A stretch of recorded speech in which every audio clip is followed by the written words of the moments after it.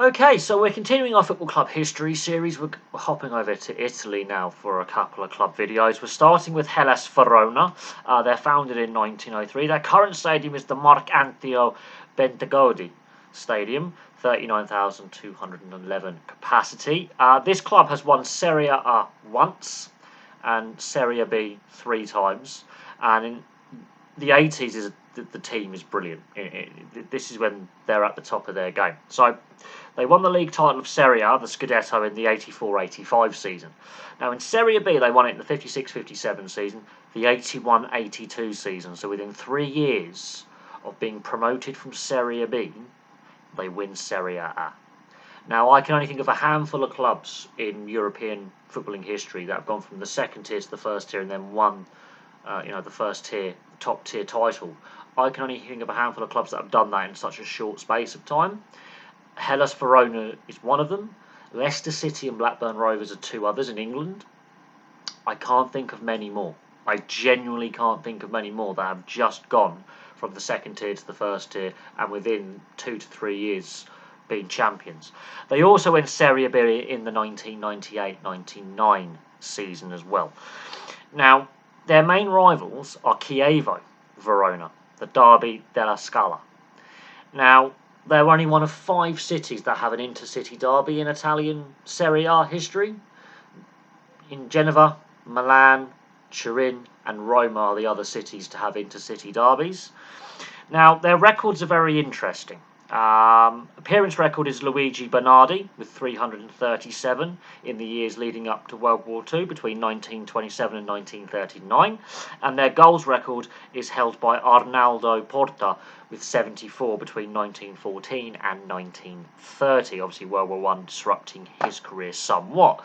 So, the appearance record and the goals record, I think, could be broken. They're not massive records like some other clubs where the goal scoring and the appearance record is a lot higher. Players that have played for Hellas Verona and had a World Cup in the same season who've been selected.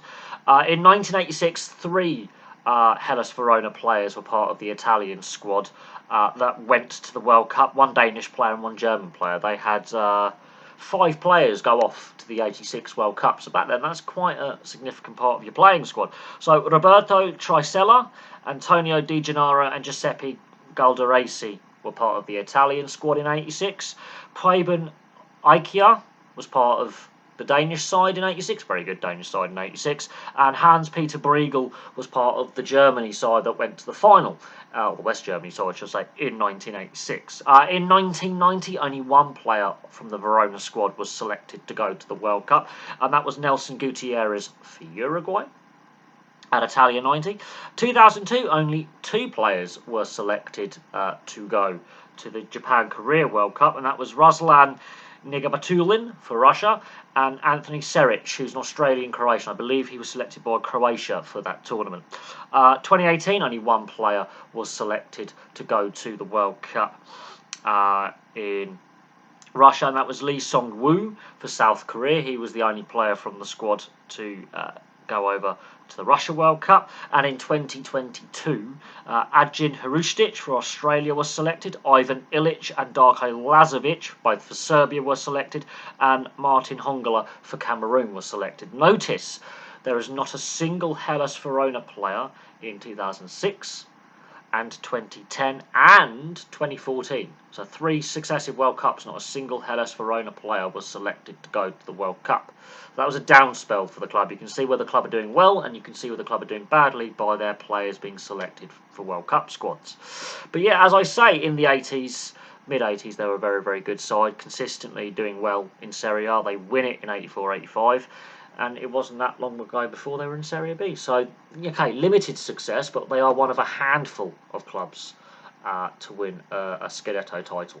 It's not just dominated by Juve, AC Milan and Inter. Other clubs do win the Scudetto. And Hellas Verona, admittedly they've only won it once, have won the Scudetto. So there we go. That is our first look at an Italian club in our football club history series, Hellas Verona. Could they win Serie A again? With the way that UEFA are going to bring in their financial fair play, new financial fair play spending rules, it means that the financial imbalance gets shrunk a little bit because clubs have to lower their wages and transfer bills. And clubs like Hellas Verona, who are on the edge of mid-table, edge of Europe, may have a chance at further success down the line. So we'll see what happens, but there we go. Thank you very much for watching. Place your thoughts in the comment section below, and I'll have some more content for you very, very soon.